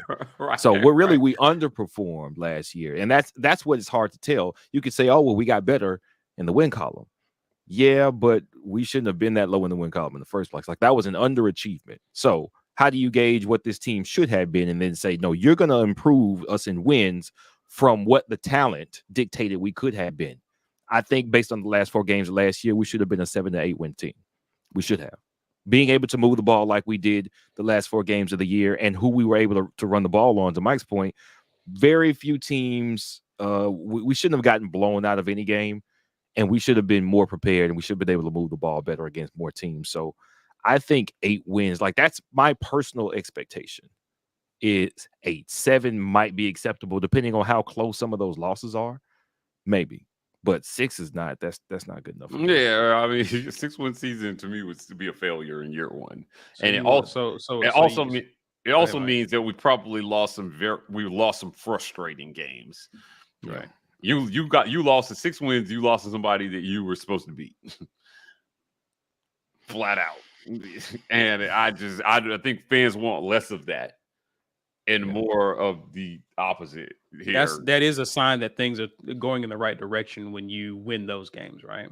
Right. Yeah. When you win the club, like Mississippi State would be a perfect example. Like, that was a game, even though it was Caddy's first game coaching as head coach, overtime, it was just a game Auburn should have won. And there were so many games, even under Harsin, where it was, why didn't they win that game?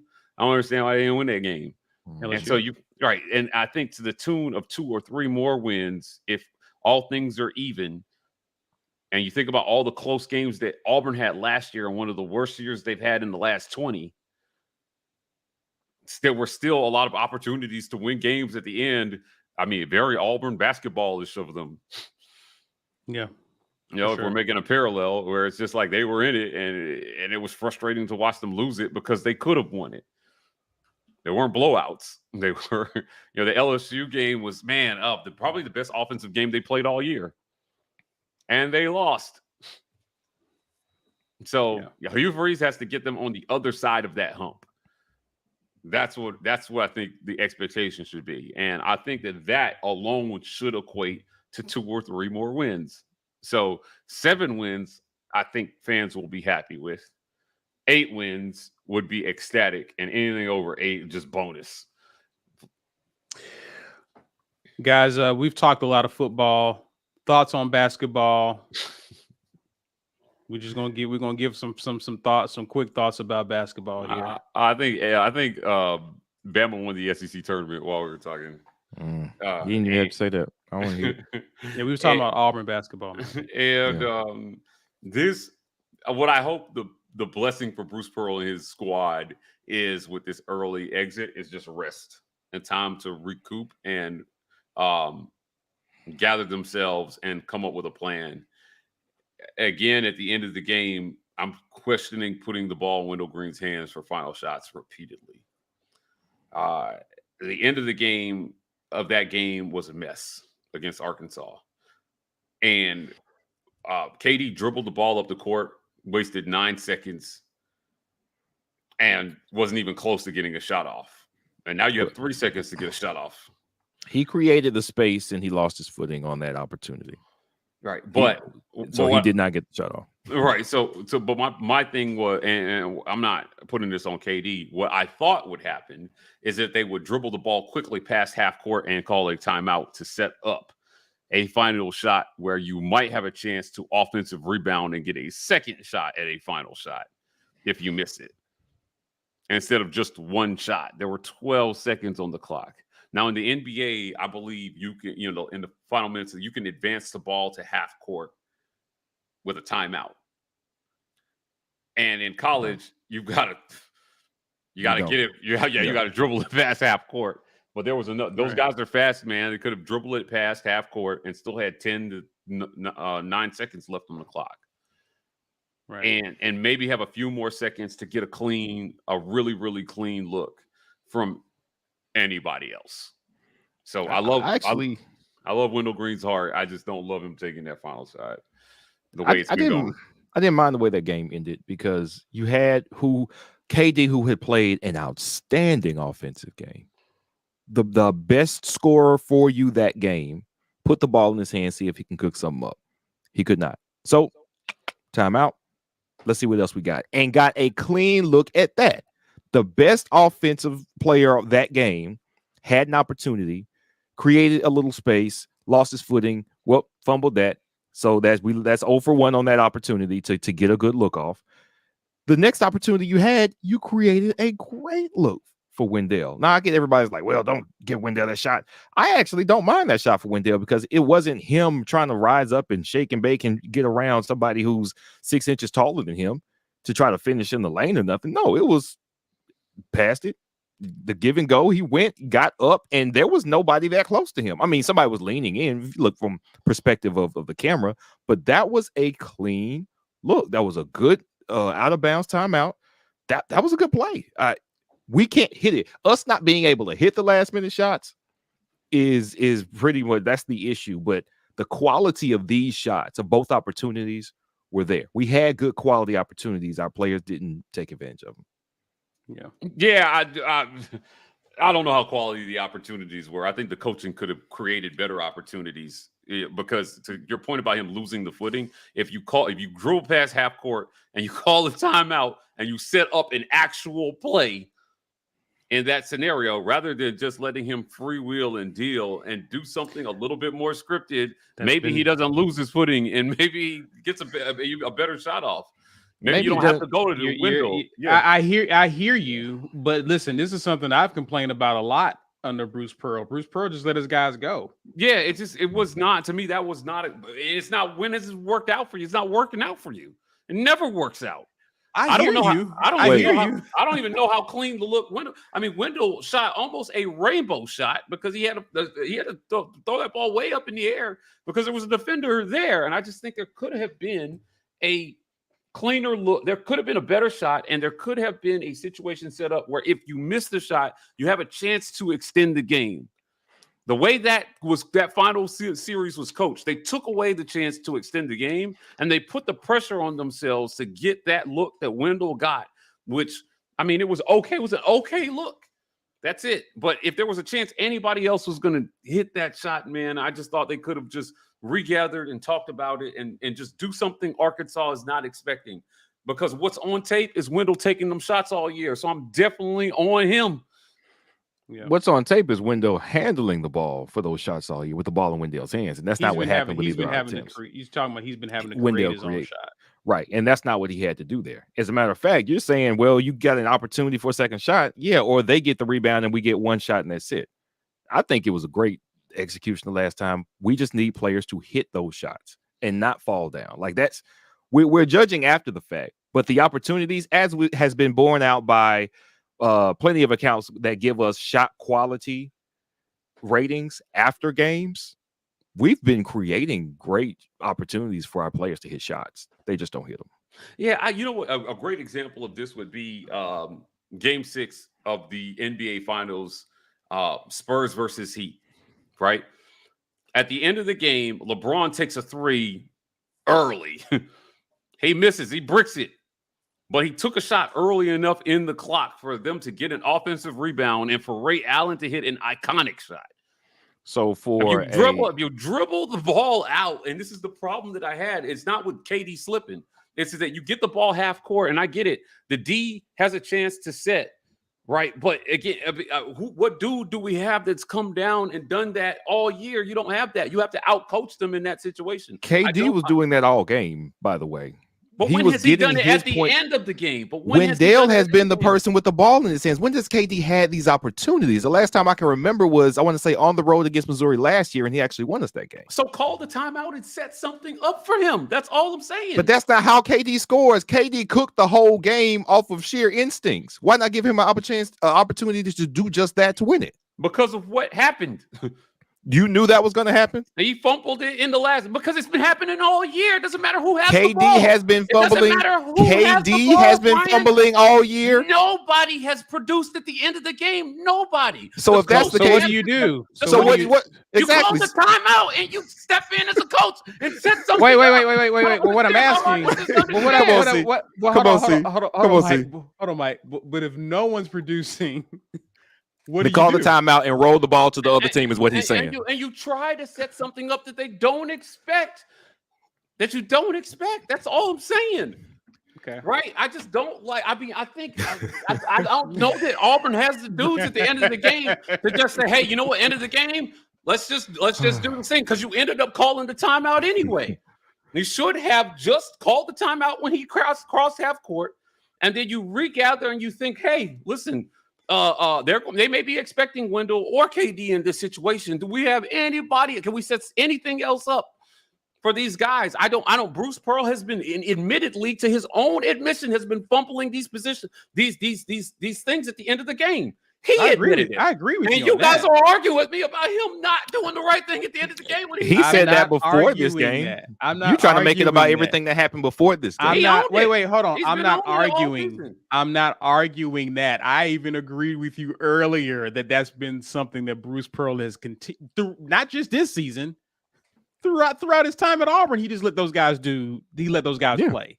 Like, it looks great when it's the dudes. When Bama went on that crazy run at home to erase a 17-point deficit, he wasn't calling timeouts. He just let them play. All right, but you don't have dudes. Dudes does that. He doesn't have to. You don't have dudes. You don't have dudes this year, so you got to figure something else out for these guys rather than doing the same thing over and over again, expecting a different result. What happened was exactly what I expected to happen based on how they've been handling it all year. If it was Wendell, I was just praying anybody but run something for anybody but Wendell. Anybody but Wendell. If you didn't have time to set that up from the inbound on the other side of the court, you call the timeout when you cross half court. You got 9 seconds left, and you just have to me, I think, extend the game. Don't put yourself in a position where it's just the final shot or that's it, unless the game is tied. But if you're down, I want as many shots as possible. They didn't do that. The situation that they put themselves in after I see KD struggle, like dribbling around to get the ball off the court before the slip, 6 seconds were gone already. Before the slip, 6 seconds were gone off the clock already. He's already shortened the game. Timeout before the slip. So you may not have known the slip was going to happen, but there was ample opportunity to look at how he was dribbling up the court and say, "Hey, wait, too much time is going off. Let's call a timeout and regroup." This is already not going as planned. Right. Erica Ratney says we had such high hopes for our basketball team before the season starts. What happened? Can we put our finger on it? What happened is that you lose your best players every year because they are doing a good job. The expectations Auburn has raised. The fact that we had high hopes, that everybody had high hopes for this team, is a credit to what he's done with this program. We made history last year. Like, we sent 2 guys to the NBA in the first round. When has that happened? When was the last time that happened? Yeah, I'm telling you. So yeah, there were high hopes. And I'm not going to say that's the first time that's ever happened, but that's the first time it's happened in a long time. Yeah. So recovering from that is going to be tough. And Bruce still won 20 games. Yeah, everybody's dealing with that. I think that the issue for a lot of people is, with those raised expectations, there have been some notable failures in terms of SEC tournament games won in only like 2 years since he's become the coach. Now, I'm not bemoaning anything that he's accomplished to date, but that is a regrettable stat. given all the things that he's accomplished. And it seems like to some people there's a ceiling that's been hit, and a lot of folks want to see him break through that ceiling because you are getting the talent now. And there will be some years where you don't have a Sharif Cooper or Isaac Okoro or Jabari Smith. I get it. But the fact that they still won 20 games this year, even with that squad, is to me is impressive. But the shortcomings to me are not the players this year. It's the coaching. It's the coaching in those tight situations where they could have produced 2 or 3 more wins. You still need players to execute, which is not lost on me. But, again, he's owned enough of this publicly for me to say, coaching maybe cost them, a seed or 2 in the tournament. I will say this: part of my expectations were rooted in the hope for 5-star Traore to really have a much more productive season than what he had, and even Chance Westry, because we knew some of our challenges were from the wing position, and what we saw in Israel was the hope that Westry could at least contribute and help out in that area. The fact that he got injured and we didn't see much of him, and Traore needs, to develop some more, definitely is something that we saw have an impact down the road. Yeah. Especially if our front court didn't produce. Now, listen, man, sometimes 5 stars bust, and that's something that is lost on some people when we have this conversation. In basketball, you feel a little bit more because you don't have as many spots as you do in other sports, right? So when you bring a guy in, and I just wonder with Traore, like, was he a dude or was it just a miss that most people would have made based on how he projected? So right now, I'm waiting to see if he's a developmental guy, if he just needs another year or 2 before I write him off as a bust. Because again, some people need that extra time. Again, he wasn't as polished as a Jabari, right? Who's a son of an NBA player.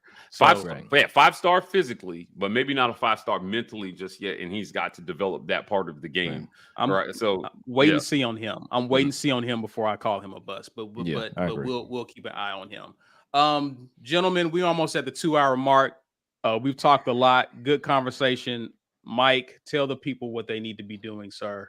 Listen, at the end of the day, if you become a patron, Wendell Green might hit more of these end of the game shots. Don't do that.